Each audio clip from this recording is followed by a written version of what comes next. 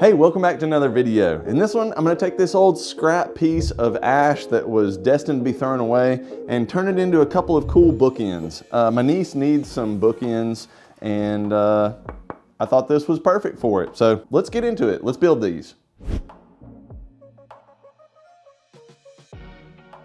Just to see a little of what I was working with, I spent some time sanding the faces of this piece. I wanted to be able to pick out the two bookends with the most interesting grain possible. This is actually kind of a burl, so there is a lot of really interesting stuff going on with the grain. I wanted these bookends to have an industrial look, since that's how my niece was decorating her room where these would live. But I wanted the wood part to be very organic. I just started sketching out by hand some basic shapes that I thought would look cool. It took a couple of tries just drawing something, seeing if I liked it, and then redrawing it before I happened upon the shape I wanted to go with. I wanted to add some weight to these, and I figured it would be easier to drill into them while it was still one larger piece. I got out my Forstner bits and drilled out a couple of holes in the bottom where each piece would be. This burl was crazy hard to drill, so it took a bit of effort. Here's a hint if you're needing to hold something upright but you don't have a vise. Use one of these screw clamps. It will help your piece stay where you want it, and you can even then clamp it down to the work table. These are pretty cheap and you can find them pretty much everywhere.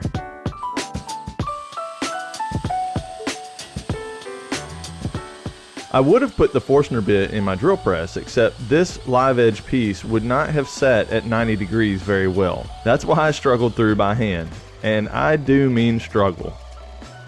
To add weight, I'm using some BBs. They should do a good job of keeping these sitting where they should. I just topped off each hole, but made sure not to have any of the BBs above the surface. I might not have had to do this, but I added some 5-minute epoxy to the holes to kind of secure the BBs. It kept them from rattling, which is nice, but it caused a few of them to float. I ended up sanding them down later, so it's not a big deal.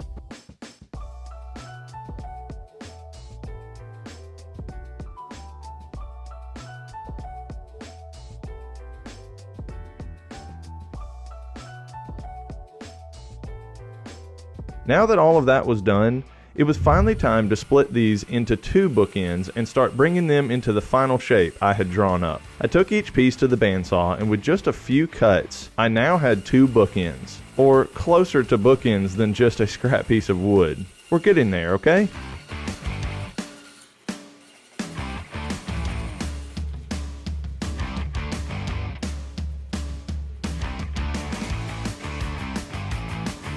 I cleaned up the bandsaw marks, and then it was time for some filing.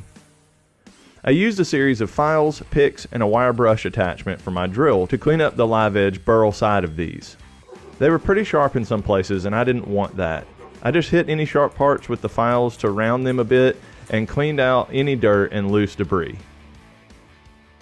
I don't have any felt to put on the bottom of these bookends, but I do have this piece of leather that has a nice soft feel to it. So I think I'm going to use some contact cement, put it on the bottom of the piece, put it on this. Once it tacks up just a little bit, I'll press the two together and it'll be a nice finish on the bottom of these. I rolled out my leather and put the two bookends on it to see how much I would need. I traced around each bookend with a pen so I could see it well.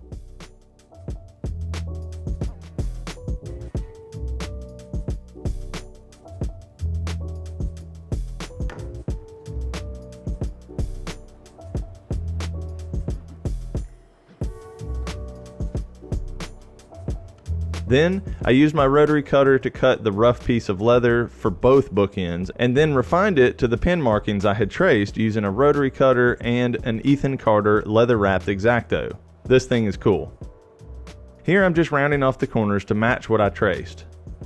Next time, I would just cut it large, secure it to the piece, and then trim the excess after. I still ended up needing to trim it even after I attached the leather, which you'll see a little bit later.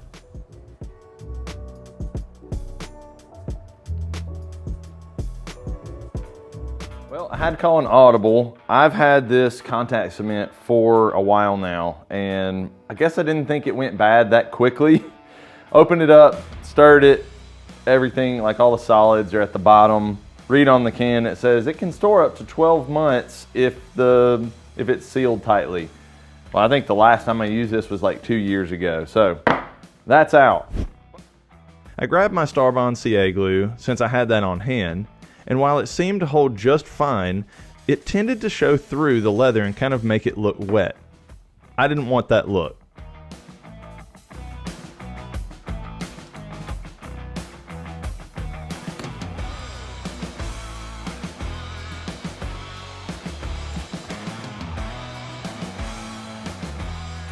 What you're seeing now is my 4th attempt to stick the leather to the bottom of these bookends. I tried some craft spray adhesive that I had and it didn't work really well at all. I ended up going to the store and picking up some of this Super 77 spray adhesive, and this stuff worked so well. I taped off the sides so I don't get any of the spray adhesive on them.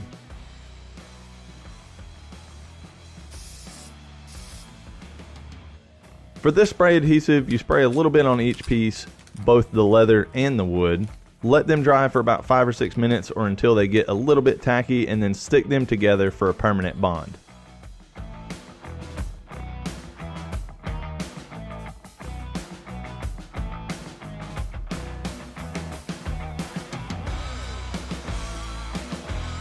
I like to apply pressure to something like this with a brayer just to make sure that everything gets really good contact. I'll link to these that I have in the description below, along with all of the other tools and materials that I used in this build. Using these links helps support my channel, so if you do, thanks.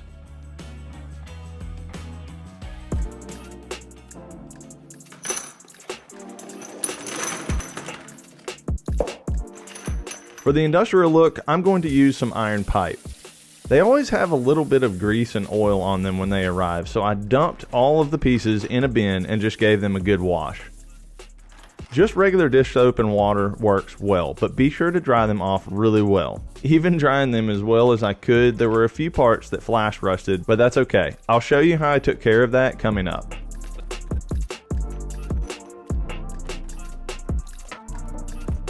Now that I have secured the leather finally to my pieces, I'm going to take them out of these clamps. Did it a little bit large, so I'm just going to trim those down with an X-Acto knife, get them fitting perfectly exact. Then I'm going to spray on some spray lacquer.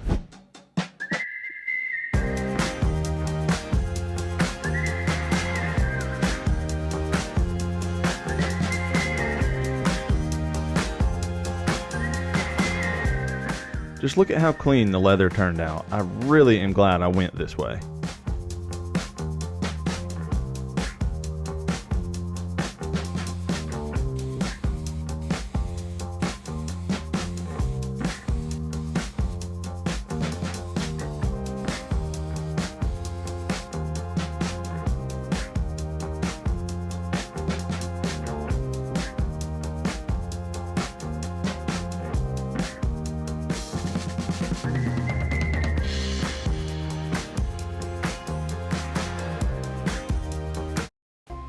Remember when I said I would show you how I took care of the surface rust? Here's how I did it.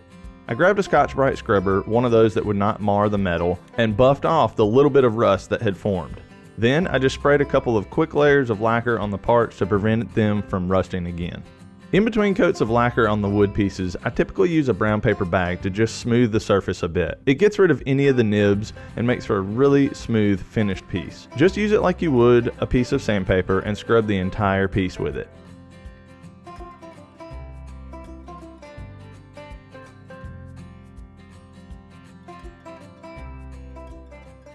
Now it's finally time for assembly. I'm going with a kind of T-stand and using some caps on the threads to complete the look.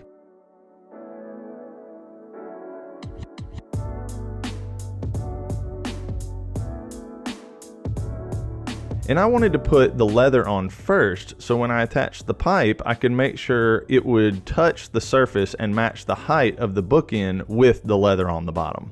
There is a little bit of flexibility when putting these pipes together. You could unscrew one of the pieces a little bit if you need the flange hole placement to be different or anything like that. To attach the pipes to the wood, I marked the hole location with a hole punch, pre-drilled out just slightly smaller than my screws to remove the excess material, and then I drove in some screws. Well, kind of.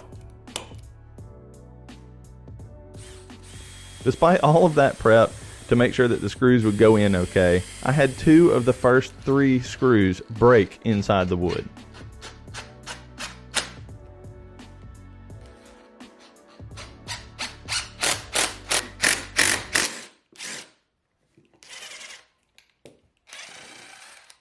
I freaked out for a minute, but then I figured out what to do. So I grabbed some other screws that I've had great success with in the past. They weren't black, which is what I wanted them to be, so I painted them black, and then I ended up using those. I was able to just kind of shift the flange a little bit to hide the previously drilled holes, and just left those broken off pieces of screws inside there.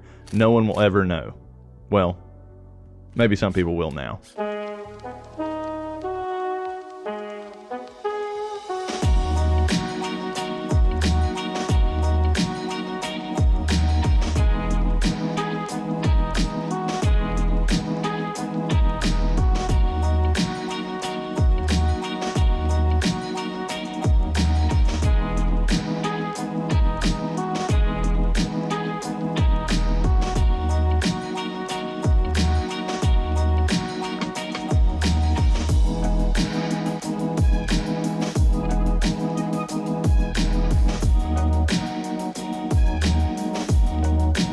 Well, that's it for this one. Thanks so much for watching. I really appreciate you checking it out. Again, I've got links to everything that I use down in the description, and I'd love to know what you thought about this build. I'll be back really soon with another video, so thanks again for watching, and I'll see you on the next one.